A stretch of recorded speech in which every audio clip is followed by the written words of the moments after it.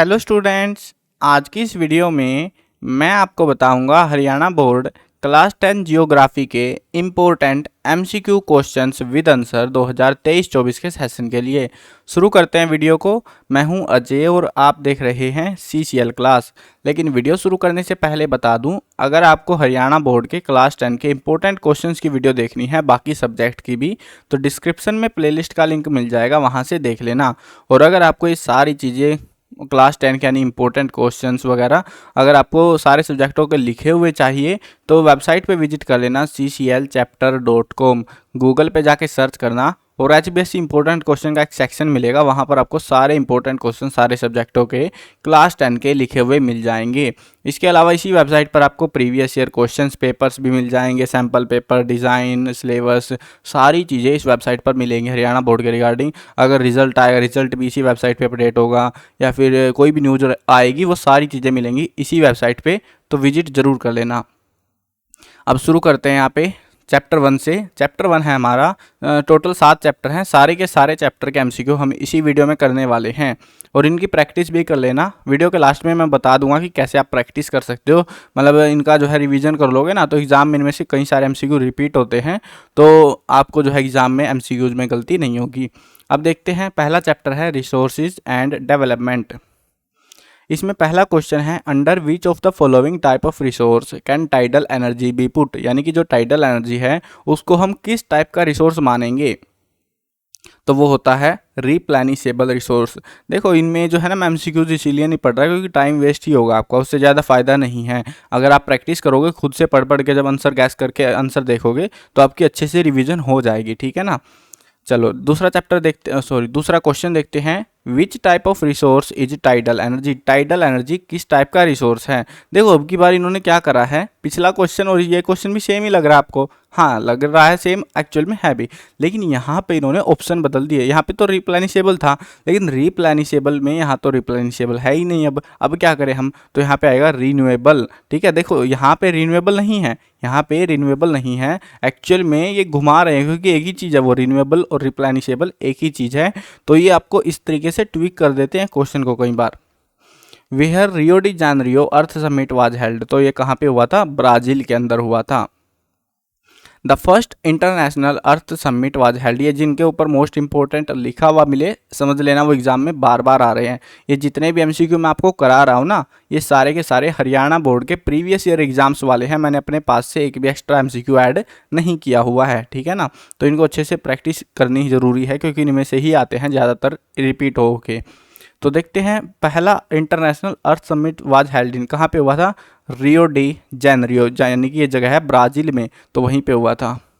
In which state black soil is found, इनमें से कौन सा वो स्टेट है जहाँ पे काली मिट्टी मिलती है, राजस्थान, असम, महाराष्ट्र, हरियाणा, तो कहाँ पे है, महाराष्ट्र में। आसान सा ये बिल्कुल से, आपको मैप पता होना चाहिए सोइल के रिगार्डिंग, जो मैप है ना बुक में, उसको एक बार देख लेना। इसमें से ब्लैक सोइल, एलुवियल सोइल, इन दो सोइल के बारे में थोड़ा सा एरियाज का पता होना चाहिए क्योंकि इनमें से ही पूछते हैं ज़्यादातर। In which of the following state black soil found, अब इनमें से बताओ, इनमें से कौन से स्टेट में है, गुजरात में। What is the second name of Raigar soil, Raigar जो सोइल है उसका दूसरा नाम क्या है, वो है ब्लैक सोइल। ब्लैक सोइल को ही हम रैगर सोइल के नाम से जानते हैं। विच one of the soil is ideal for growing cotton, cotton उगाने के लिए आइडियल सोइल यानी कि सबसे बढ़िया मिट्टी कौन सी है, वो है ब्लैक सोइल। ब्लैक तो है ही नहीं ऑप्शन में, हाँ रैगर सोइल। देखो इस तरीके से आपको समझना होगा क्वेश्चंस को, थोड़े अल्टरनेट नाम ये यूज कर लेते हैं ताकि स्टूडेंट कन्फ्यूज हो जाए। Which soil is the most useful for the production of cotton, cotton के प्रोडक्शन के लिए सबसे यूजफुल सोइल ब्लैक सोइल। अब की बार रैगर नहीं इस्तेमाल किया इन्होंने। The northern plain of India is made by which soil, northern plain यानी कि प्लेन की बात कर रहे हैं, माउंटेन की बात नहीं कर रहे, ध्यान देना। नॉर्दर्न प्लेन यानी कि हरियाणा, पंजाब, यूपी, ये वाला जो इलाका है, ये कौन सी मिट्टी का बना हुआ है, वो है alluvial soil. Which of the following is the best variety of iron ore, सबसे बढ़िया क्वालिटी का जो आयरन ओर है वो उसका नाम क्या है, उसको हम बुलाते हैं magnetite. Which one of the following type of iron resource is iron और, आयरन और किस टाइप का रिसोर्स है, वो है नॉन रिन्यूएबल, यानी कि खत्म हो गया तो वापस नहीं बना सकते हम इसको। How many percentage of total terrestrial area of India is plain, यानी कि इंडिया का जो टोटल एरिया है टेरेस्ट्रियल एरिया, उसमें प्लेन कितना है, प्लेन यानी कि मैदानी इलाका कितने प्रतिशत है। ये माउंटेन वाला भी पूछ लेते हैं कई बार, है ना, ऐसे अलग अलग टाइप से पूछ लेते हैं। एक वेन डायग्राम बना हुआ आपकी बुक में, तो उससे आपको समझ आ जाएगा वो चीज़। तो कितना प्रतिशत है, वो 43% जो है प्लेन एरिया है। In which of the following state over grazing is the main cause for land degradation, तो कौन से स्टेट में है, पंजाब हरियाणा में, सॉरी हाँ पंजाब हरियाणा नहीं, राजस्थान होना चाहिए, ये गलत मैंने भर दिया है, मध्य प्रदेश और राजस्थान। ओवर ग्रेजिंग यहीं पे होती है क्योंकि यहाँ पे सूखा रहता है इलाका, और इस वजह से ओवर ग्रेजिंग लैंड डिग्रेडेशन का सबसे बड़ा कारण है, क्योंकि पानी की कमी है तो घास वापस उगती नहीं है। Which type of resource is water, water किस टाइप का रिसोर्स है, रिन्यूएबल रिसोर्स।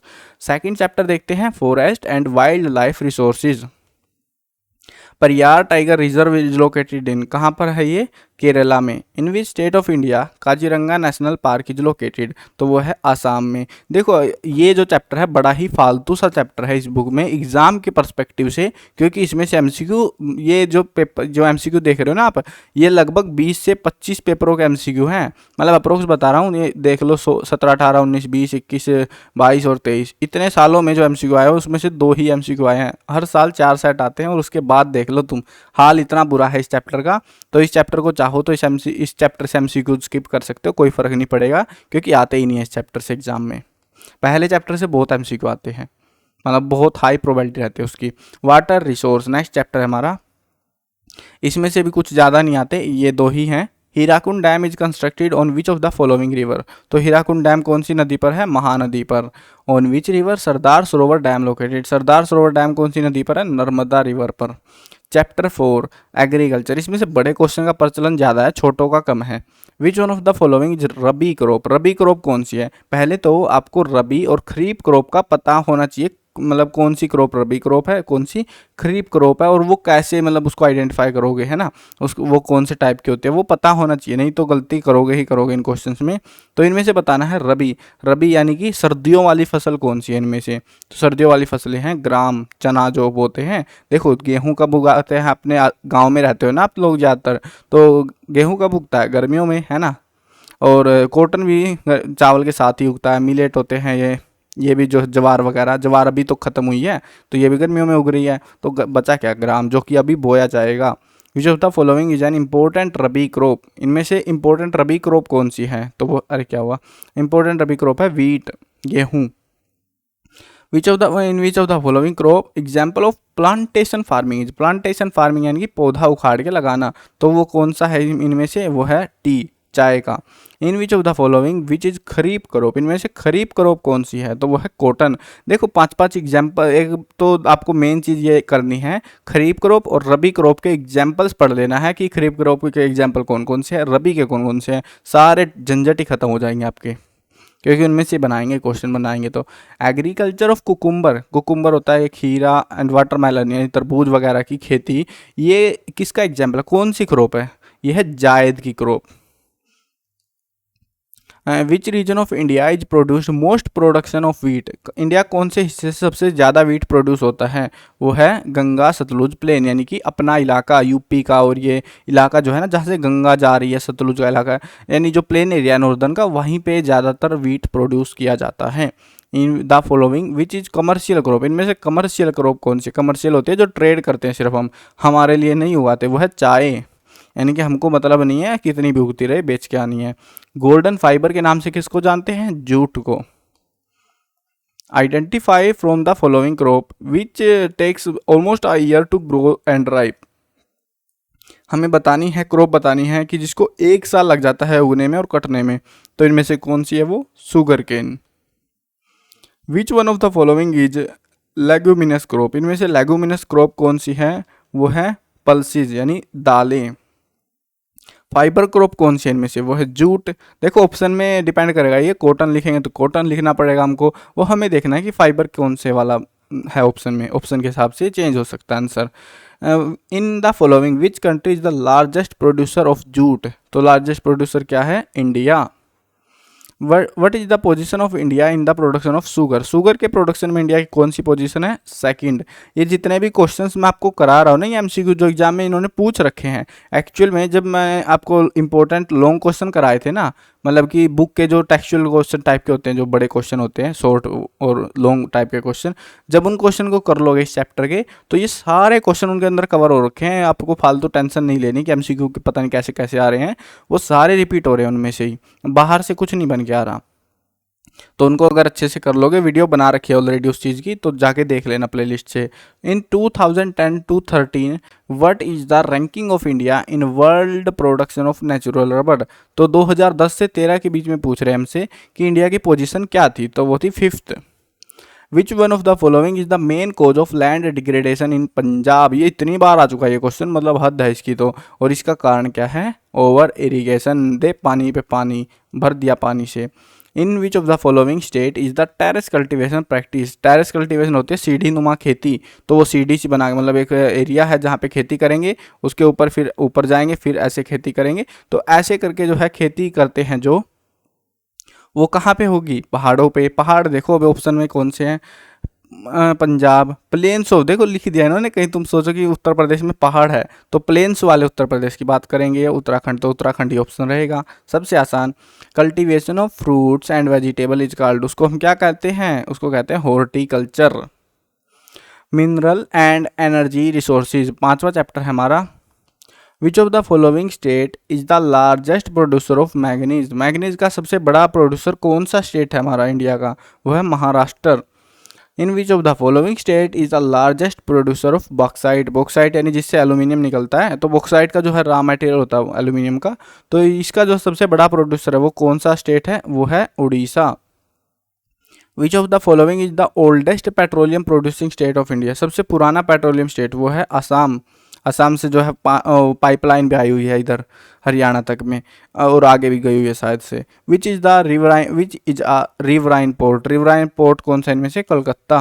रिवराइन पोर्ट होता है जो रिवर के अंदर से ऐसे पोर्ट बन जाए, वो चीज़ें होती है उस टाइप से का। Tuticorin port is eight which place come out of the following. Tuticorin port कौन से मतलब कौन से प्लेस पे है, तमिलनाडु में। विच is the biggest port of India, सबसे बड़ा पोर्ट कौन सा है, और इसका आंसर आपको आसान ही है, मुंबई, जिसका नाम आपने सबसे ज़्यादा सुना है, तभी तो बड़ा है वो, और तभी नाम सुन रहे हो आप। Nellore mica belt is in which state. ये माइका बेल्ट जो है कहाँ पर है, ये है आंध्र प्रदेश में। Koderma in Jharkhand is the leading producer of which one of the following. Koderma जो झारखंड में एक जगह है, तो वहाँ से क्या निकलता है, क्या सबसे ज़्यादा मिलता है, वहाँ से मिलता है mica. Minerals are deposited and accumulated in the strata of which of the following rock. ये एक डेफिनेशन है रॉक की, तो ये कौन सा है इसमें से बताना है, तो वो है हमारी सेडिमेंट्री रॉक्स। नेक्स्ट चैप्टर है हमारा manufacturing industries. Which one of the following town is the electronic capital of India. सबसे आसान क्वेश्चन है ये तो, बेंगलुरु। बेंगलुरु को इलेक्ट्रॉनिक कैपिटल, क्योंकि सारा जो IT सेक्टर है वो बेंगलुरु में ही है। Which of the following industries uses limestone as raw material. Limestone को, चूने पत्थर को कौन इस्तेमाल करता है, चूने का काम कहाँ पे होता है, सीमेंट बनाने में, और सीमेंट ऑप्शन में है तो अच्छी बात है। Textile industry is an example of, किसका एग्जाम्पल है टेक्सटाइल इंडस्ट्री, वो है एग्रो बेस्ड इंडस्ट्री। यानी कि टेक्सटाइल होते हैं कपड़े, कपड़े का उद्योग। कपड़ा किससे बनता है, कॉटन से या जूट वगैरह ऐसी चीज़ों से बनता है ना, तो वो रॉ मटेरियल मिलता है एग्रीकल्चर से, तो एग्रो बेस्ड इंडस्ट्री है ये। In the which region of India iron steel industries are established. जो आयरन स्टील इंडस्ट्री है वो कहाँ पर है, वो लगी हुई है छोटा नागपुर प्लेट्यू के पास में ही है ज़्यादातर, क्योंकि वहीं पे मिलता है। Which is the major centre of silk textile industry in India. यानी कि सिल्क की जो टेक्सटाइल इंडस्ट्री है वो बड़ा सेंटर उनका कहाँ पर है, ऑप्शंस के हिसाब से हमको बताना है, तो वह है मैसूर में। Main industry is responsible for water pollution. कौन सी इंडस्ट्री है जो सबसे ज़्यादा पानी की बर्बादी कर रही है या ख़राब करती है, वो है टेक्सटाइल इंडस्ट्री। क्योंकि कपड़ों में पानी, मतलब केमिकल घोल के फिर रंग भरना कपड़ों में, फिर रंग निकालना, सड़ाना, बहुत चौंचले होते हैं, और हर चीज़ में पानी चाहिए होता है। Out of the following where a first successful textile mill was established in 1854। कहाँ पर लगा था पहला मिल, मुंबई में, अंग्रेजों के घर में, है ना, मतलब घर ही था अंग्रेजों का, और क्या था। उस टाइम पे। तो which of the following agency provide steel to the market in the public sector. तो कौन सी कंपनी स्टील देती है? सेल या माने तो steel authority of India limited, ऐसे अब भारत हो जाएगा। Write the full form of NHAI national highway authority of India. SAIL की फुल फॉर्म पूछी गई है जो कि मैंने ऑलरेडी बता दी थी, steel authority of India limited. Last chapter है हमारा life line of national economy. आसान सा चैप्टर है, सबसे आसान चैप्टर मुझे बुक में लगा तो वो यही है और एक फर्स्ट वाला चैप्टर है। Which mode of transportation reduces transshipment losses and delays. ये भी कई बार आ चुका है क्वेश्चन। तो कौन सी है वो, कौन सा मोड है? वो है पाइपलाइन, जो कि ट्रांसशिपमेंट और डिले जहाँ पे आ गया तो समझ लो पाइपलाइन की बात कर रहे हैं हम, ठीक है ना। विच of the following state is not connected with the HBJ pipeline. इस पाइपलाइन से कौन सा स्टेट नहीं जुड़ा हुआ है? आपकी बुक में एक मैप दे रखा है और उसमें ये पाइपलाइन जरूर देख लेना, इसमें से ऑप्शन बदल बदल के दिए जाते हैं कई बार। तो ये है महाराष्ट्र ऑप्शन, आपको पूरी पाइपलाइन देखनी कौन कौन से स्टेट से गुजर रही है वो। Out of the following in which year air transport was nationalised on operational side. तो कब हुआ था वो? 1953 में। When was the border road organisation established, BRO, कब बनाया गया था? वो बना था 1960 में। विच is the fastest mean of transport. सबसे फास्टेस्ट ट्रांसपोर्ट का रास्ता कौन सा है? एयरवे। रॉकेट होता तो रॉकेट भी भर सकते थे हम ऑप्शन में, है ना, लेकिन इन्होंने ऑप्शन दिया नहीं। अरे कहाँ भाग गए हम। What are the road connecting the district headquarter to other part of district, यानी कि डिस्ट्रिक्ट को डिस्ट्रिक्ट के दूसरे हिस्से से जोड़ने वाले जो रोड्स होते हैं उनको क्या कहते हैं हम? District roads. सिंपल सी बात है ना। The golden quadrilateral plan is related to whom. किससे रिलेटेड है वो? रोड ट्रांसपोर्ट से, यानी कि वो नाम सुना होगा आपने, गोल्डन क्वाड्रिलेटर सुपर हाईवे, तो वो चीज़ है ये, रोड ट्रांसपोर्ट वाली चीज़ है, ठीक है ना। तो ये थे टोटल MCQs जो आपको प्रैक्टिस, अगर देखो अभी मैंने सारे MCQs करा दिए हैं जो प्रीवियस ईयर एग्जाम्स में आ रखे थे। अगर आपको प्रैक्टिस करनी है तो आपको क्या करना है, वेबसाइट पे आना है, गूगल पे जाके सर्च करना cclchapter.com, उसके बाद में HBSC इंपॉर्टेंट क्वेश्चन में आ जाना है और यहाँ पर नीचे आओगे सरकाते हुए 10th क्लास देख लेना कहाँ से स्टार्ट हो रही है। तो यहाँ पर आपको सारे इंपॉर्टेंट क्वेश्चन मिल जाएंगे सारे सब्जेक्टों के, और अगर आप चाहो तो यहाँ पे से कर सकते हो। अब हम कौन सा कर रहे थे? Social science. हाँ देखो जियोग्राफी का MCQ आपको दिख रहे हैं यहाँ पे, हाँ देखो ये वाली जगह पे यहाँ पे। तो यहाँ पर इसके ऊपर आपको आके क्लिक कर देना है और आपके जो MCQ है वो खुल जाएंगे जो अभी मैंने पढ़ाए हैं। तो ये ऐसे ही सारे सब्जेक्टों के आपको यहाँ पे मिल जाएंगे क्वेश्चंस वगैरह, और उसके अलावा इसी वेबसाइट पर आपको क्वेश्चन पेपर भी मिल जाएंगे। ओल्ड क्वेश्चन पेपर में जाओगे तो यहाँ पे हरियाणा बोर्ड के क्वेश्चन पेपर मिल जाएंगे 10th क्लास के 16 से लेकर 23 तक के। तो चाहो तो PDF वगैरह डाउनलोड करनी हो, कोई रिजल्ट अपडेट आएगा, सारी चीज़ें इसी वेबसाइट पर मिलेंगी, तो विजिट ज़रूर कर लेना। बहुत काम की वेबसाइट रहने वाली है आपके लिए ये। तो और हाँ, अगर आपने चैनल को अभी तक भी सब्सक्राइब नहीं किया तो सब्सक्राइब ज़रूर कर देना। मिलते हैं नई वीडियो में नए टॉपिक के साथ। Bye bye.